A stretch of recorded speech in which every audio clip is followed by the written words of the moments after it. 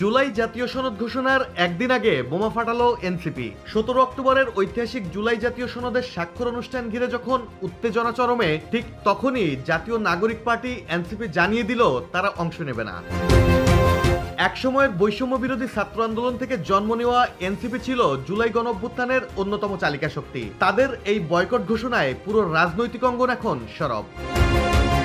বুধবার সংবাদ সম্মেলনে এনসিপির আহ্বায়ক নাহিদ ইসলাম বলেছেন, আমরা শুরু থেকেই ঐক্যমত্য কমিশনের অংশ, কিন্তু সনদের আইনি ভিত্তি নেই আর মূল টেক্সটও আমাদের দেখানো হয়নি। এই দুটো কারণেই আমরা সই করব না। তিনি আরো বলেন, এনসিপি কোনো প্রতারণামূলক প্রক্রিয়ার অংশ নয়। জীবন অবাক না করলে কে করবে? 28% মিল্ক ফ্যাটের অবাক করার সাথে ফ্রেশ মিল্ক পাউডার। জীবন অবাক করুক প্রতিদিন। আইনি ভিত্তি নিশ্চিত না হওয়া পর্যন্ত আমরা সনদে স্বাক্ষর করব না। জুলাই সনদ স্বাক্ষরের পরে ঐক্যমত কমিশনার থাকবে কিনা এটাও কিন্তু আমরা জানি না। এদিকে জাতীয় ঐক্যমত্য কমিশনের সঙ্গে বৈঠক শেষে বুধবার সন্ধ্যায় এনসিপির সদস্য সচিব আক্তার হোসেন সাংবাদিকদের বলেছিলেন, যদি জুলাই সনদের বাস্তবায়ন অস্পষ্ট থাকে তাহলে সই করেও কিছু অর্জন করা যাবে না।